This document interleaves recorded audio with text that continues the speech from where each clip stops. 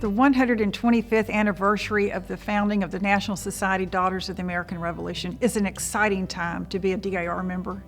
We have looked back into our archives and we found some wonderful videos of our past Presidents General as they have shared their memories from decades ago.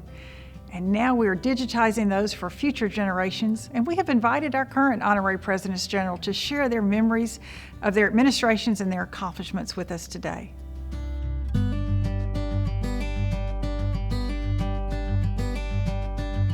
I was very in awe of the organization because my mother-in-law, Lorna Owen Kemper, was Chaplain General in Mrs. Spicer's administration. I too became responsible, feeling that I believe in education, historic preservation, and patriotism down deep in my heart. So I wanted to be a part of that. I wanted to join, first of all, to carry on for my mother. My mother died. I joined the next year, and because so many of the family members, grandma and my cousin, and they're all, the mother, all members of DAR. So I just said, time to carry on. I joined DAR as a junior member. I joined my mother's chapter and have been a member for many, many years. I think the reason I really joined the organization was because of a love of the objectives that it promoted. Historic preservation and education, and I was also very interested in genealogy. I joined DAR in 1968, along with my mother and several family members. We were asked to form a new chapter, and that was named for my ancestor, Peter Houston. And after attending my first state conference in Nashville, I met so many outstanding Tennessee Daughters that I just knew I wanted to be a part of this organization. Well, my mother was truly the driving force behind my joining the DAR. I was raised in a family where my parents instilled a very strong sense of family history and love of country. And so the first time I went to the Continental Congress 40 years ago, I knew once I had been here that this was the organization I wanted to identify with, and I wanted to become just very much involved in every aspect of DAR. One thing that I've always enjoyed about DAR is the interactions between generations.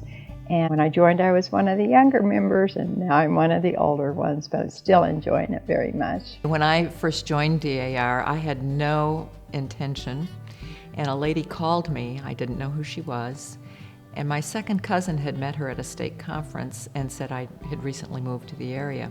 And those ladies made me feel so welcome, and I don't think I would have ever have become active had they not called me the week before the meeting to make sure I had a babysitter, offered to watch my son so I could go to the meetings. Several times when I didn't have a sitter, they said, bring him with you. When I was growing up, I was always aware that I had family members who had been members of the DAR and been encouraged to join at some point.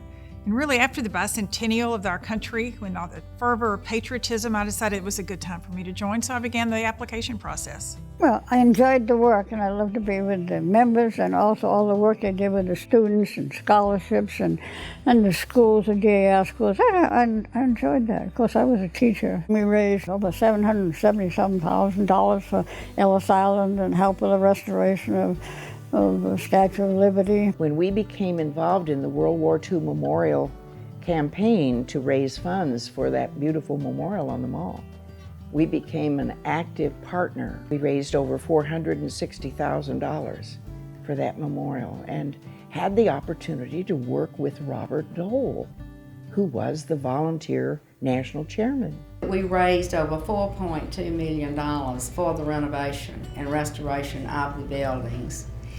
And the fact that the daughters gave so generously, and we could do so many wonderful things to the buildings. My President General's project began the creation of a new digital database designed to improve operations and provide member access.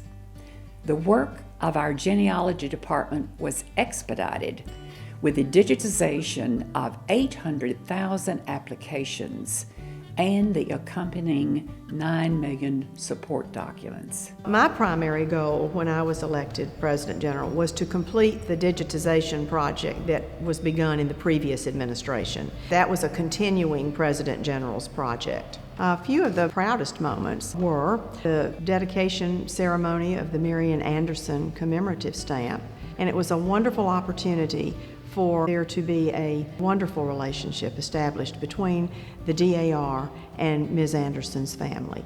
Certainly proud of the work we did on the President General's project, especially work on the North Terrace with the flooding and stone deterioration. It was in critical need of work. We were able to, under the terrace, to build a 2,300 square foot vault just beneath that surface for collections of the society, and that was a wealth of storage space. As crazy as it seems, Washington, D.C. experienced an earthquake. When they did the assessment of the DAR library laylight ceiling, they discovered not damage from the earthquake, but damage from time. And our members who love our House Beautiful so much came through with over $2 million to support the restoration of the DAR library laylight. Most fun activities that we implemented was our Celebrate America committee. When we met, we challenged our members to try to come up with 1 million hours of community service a year. We just asked them to record the hours they're already doing in their community. And what astonished us is the enthusiasm that the chapters developed while working together in these community projects, how they became better acquainted with their own members. And then our first year, we had over 4,760,000 hours of community service. My advice for future President Generals, enjoy every minute, yeah. Work hard and enjoy it, yeah. I think one thing is very important, and that is to approach your leadership as an opportunity for service, and to surround yourself with wonderful people who will help you to accomplish that. I think it's important for people who are going to take on leadership positions to remember that their goal should be to work for the very best of the organization, to always keep in mind what the mission is, and to do their very best for DAR. I think any President General who's going to take that role needs to know that she's got to put on her running shoes and get on the track, and she won't get off for 3 years. Always be true to yourself, and when you make a decision about anything, always be certain of what that decision will reflect on as far as the National Society is concerned, and also what influence it might have on other daughters at the time. So when you look in the mirror, be true to yourself and always think about others. I hope every member will consider becoming a leader, whether it's in her chapter or her state or the national level. What I would encourage them to do is to learn as much as you can about the DAR. Take advantage of every opportunity. Go to all those meetings, go to the workshops and the seminars, and learn as much as possible. But it's not possible to serve as President General without the full support of your family. That it truly is the biggest sacrifice, is the time with my family that I'm missing. They are completely supportive because they know that this is a rare privilege that I have for 3 years, and I'm enjoying every bit of it. The most rewarding things as a member of DAR has been the association with ladies from all over the United States and through the units overseas.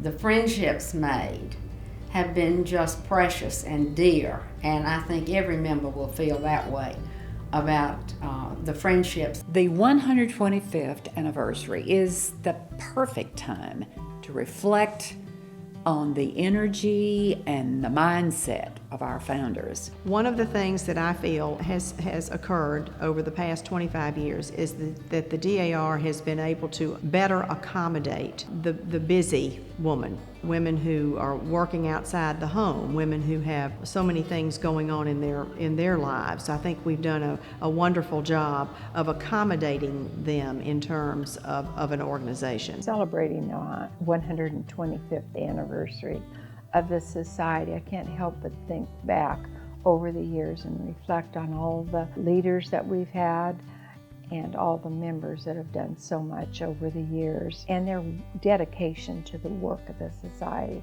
It's really amazing when you think about it, that a small group of women organized this society in 1890, and yet many of their goals are still being sought after today, and we're working towards making this a continuing better society. My involvement in DAR has always been spurred by the values of the organization and the friendships that I've made there. I have to say that one of the things that DAR allowed me to do is emulate the very best of the people I met. I've often wondered as we're planning our Quasquicentennial celebration what our founders would think of us from 125 years ago when they began to have the vision for this organization and make plans for it. What would they think if they were to come back and see this society now and see how it's grown, see what wonderful care we've taken of these buildings, which they had the vision for? I know that our founders would be so proud that our society has grown, that we're continuing to be a vital part of this country, that we're holding dear to our missions of historic preservation, education, and patriotism, and that most of all, we're still honoring God, home, and country as we serve, united in these United States.